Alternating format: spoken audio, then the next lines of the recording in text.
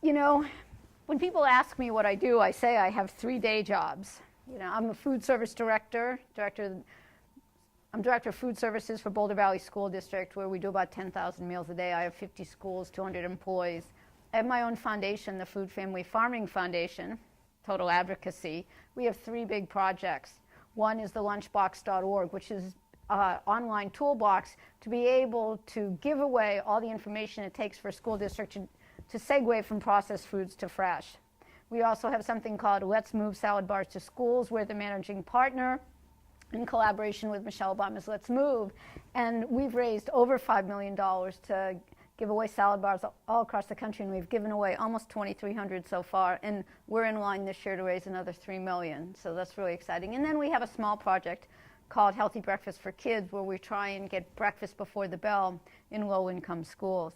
And then I also have a consulting company. So I'm a food service director, I'm an advocate, I'm a lunch lady, and business person. A lunch lady, really? Yes, I'm absolutely a lunch lady. I go in and feed kids in schools. And that's all out of Denver? Boulder. Boulder? Okay, Boulder. How long has that been going on? Well, I've been in Boulder 4.5 years, going on 5 years. But I've done this work since 1999.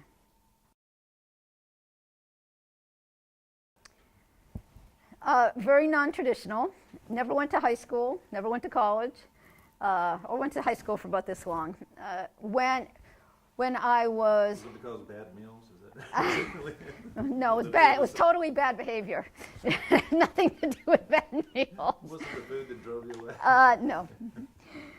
But in the early 70s, I decided I was going to be a ski bum. So I hitchhiked to Telluride, Colorado to continue my avocation of ski bum, and realized very quickly that I needed to actually make money. But so my avocation was going to be ski bum. Hitchhiked out to Telluride and decided that's what I was going to do. And I got there, and like every teenager, Jewish American princess that I was, I called home and said I need money, and they went, click, what are you kidding me? So get kicked out of high school, hitchhiked cross country. Really, we're going to give you money? No way. So no money to be a ski bum, really? No money to be a ski They bum. didn't like that profession? No, that was not their professional choice. So I talked my way into an assistant breakfast cook position. I'd never had a job, never cooked, and found that I was really, really good at it. And for the next 6 years, I worked in restaurants, in a deli, started a baking company.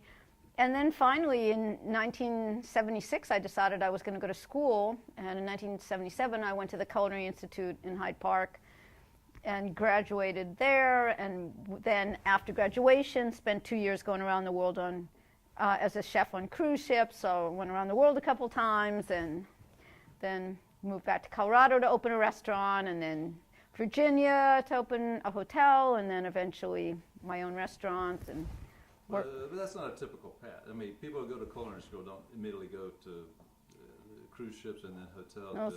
Well, no, certainly not. You had to have there was something that rose to the surface. Well, I think I just found that I was really good at it. And I eventually worked all over this country and in Europe and overseas, and I started a consulting company, and I started a catering company, and I did parties of 20,000. And so I was a white tablecloth sort of celebrity chef, and I started writing books.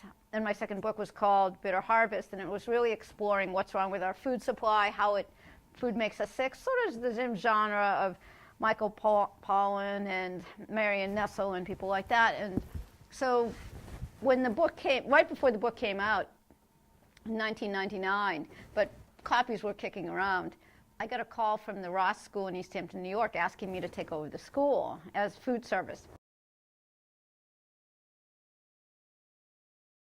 So in 1999, I was asked to take over the food service at the Ross School in East Hampton, New York. And initially, I just said, no, what, me a lunch lady? No way. And they said, come see it.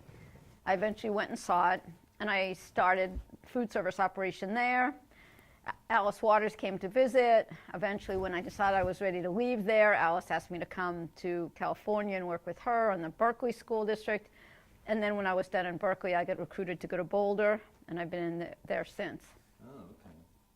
And what clicked, when did it start, or was it a click, or was it just gradual when you're, in those early years, you go, wait, something's wrong with how our food is grown? It wasn't really, I didn't really start seriously thinking about really regionalized local food till 1990 when I went to Vermont. Before that, a little bit, I'd been dabbling in it in Colorado, but when I moved to Vermont in 1990, executive chef of a fairly large inn there, and became really vested in Vermont food and became known as one of the best chefs in Vermont. And we went to the White House, and before people were really going to the White House, now everybody goes to the White House.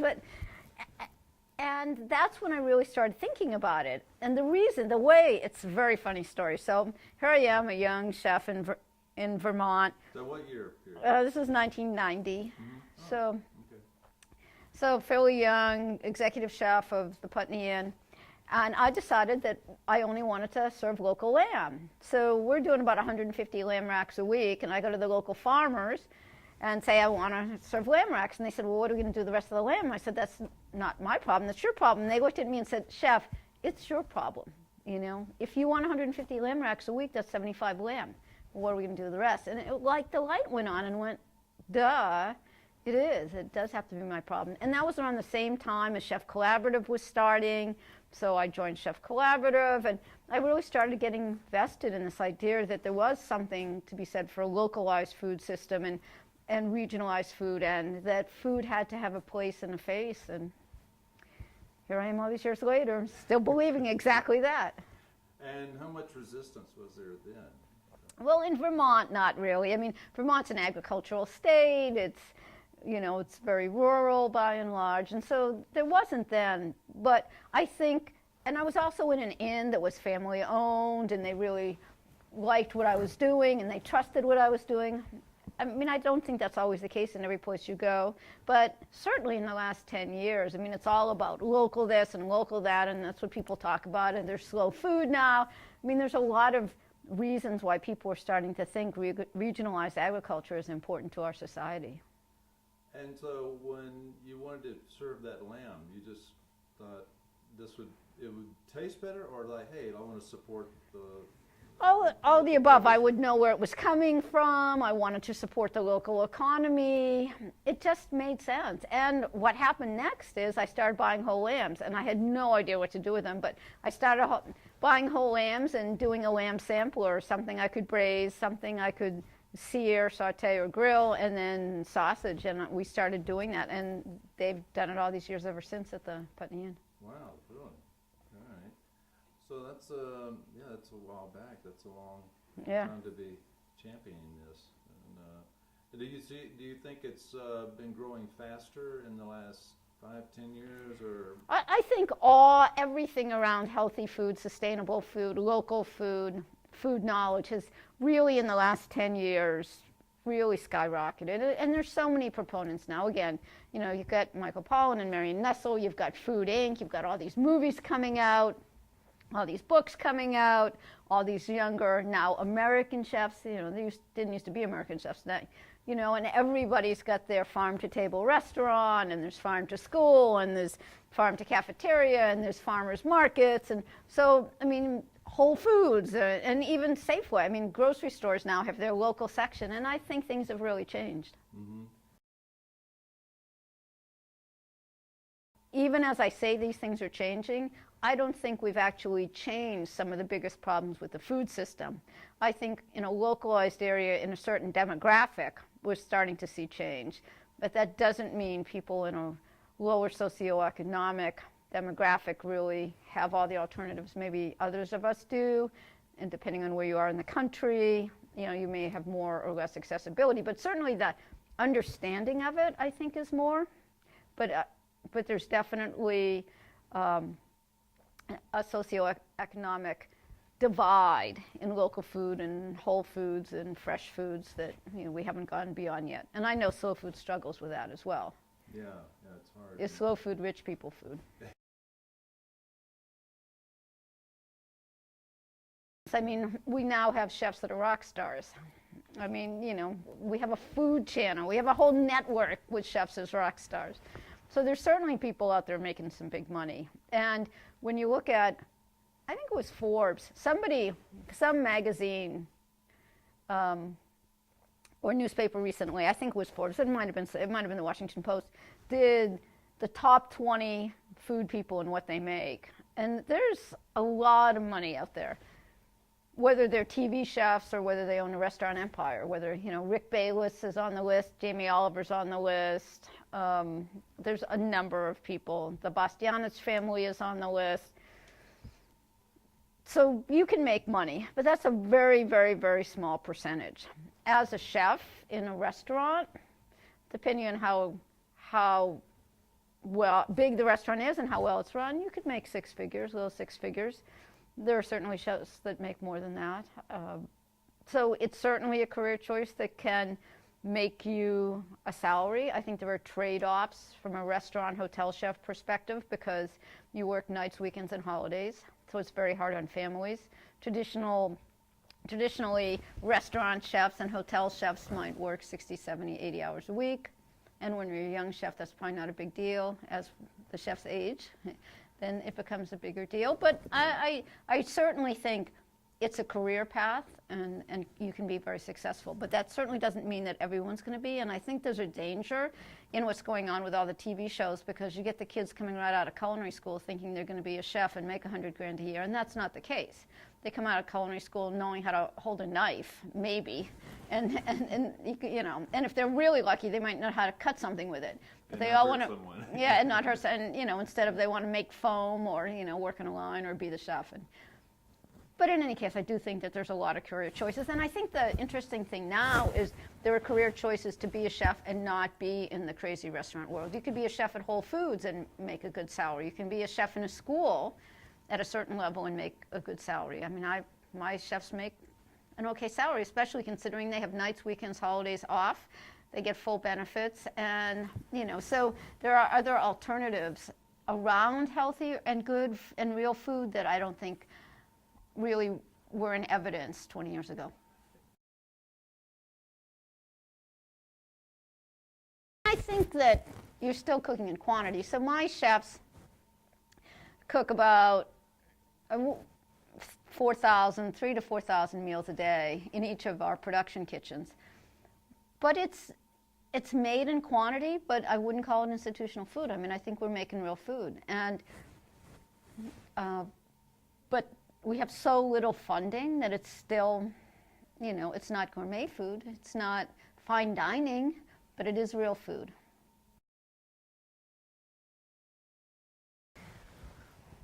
Well, I'm not working with slow food right now. Before there was the latest changing of the guard at slow food, Josh, who was the former president, he and I knew each other from the Yale project, the Berkeley School food project that was at Yale, and so It's Richard, or is that somebody? Maybe I interviewed him, I think. I don't really know. But anyhow, so Josh did a few things around school food. So we did some work together. They were raising some money around it, and they had a couple of projects where they were trying to do some school food stuff. I don't know what slow food is doing now in the school food arena, but I mean, I've been involved, at least peripherally, with slow food for many, many years. I just don't know what they're working on. And right at this exact minute, we're not working collaboratively on anything.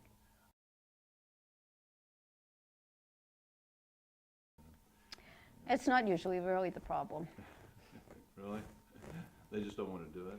No, I mean, I think that there's a lot of problems around work for schools working directly with farmers. It's not the farmers per se. It's, you're competing what I can pay for an apple versus what you can sell it at the farmer's market is really different. So that's one of the issues. Another issue is how you're going to get it and transport it. I have 50 schools. A farmer's not going to deliver apples to all 50 schools. That means they're going to deliver in one place. I have to have a way then to move that food to other places. And then when you get it there, how are you going to cook it and what are you going to do with it? So you need kitchens and refrigeration. So my belief is that the barriers around farm to school are not really, is there someone that can grow the product you want? Because you can help people to grow the product and you can grow the supply chain. It's really about all the other pieces. It's refrigeration, it's staffing, it's all the other pieces, yeah.